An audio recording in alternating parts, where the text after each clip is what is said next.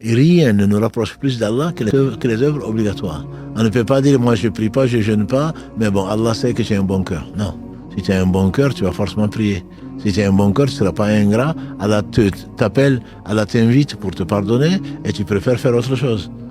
Donc, ça c'est sûr. Il n'y a rien de la première chose sur laquelle on va être interrogé. En priant Allah de ne pas nous interroger, de nous faire entrer au paradis sans nous interroger, ça va être la prière.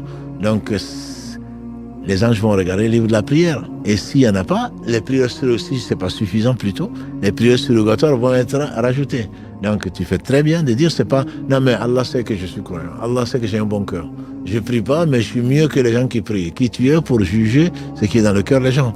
Eux au moins ils prient. Eux au moins, il y a une trace de leur foi. Toi, il n'y a pas de trace, sauf ta prétention. Donc il est clair que c'est au travers des actes.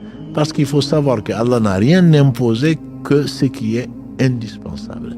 C'est ça qu'il faut voir. Donc c'est de la prétention. Soit on se prend pour un Dieu, soit on se prend pour une exception, et que Allah a dit la vérité, mais ça ne me concerne pas. Si Allah nous a imposé une chose, c'est que sans cette chose-là, sans sa réalisation, on est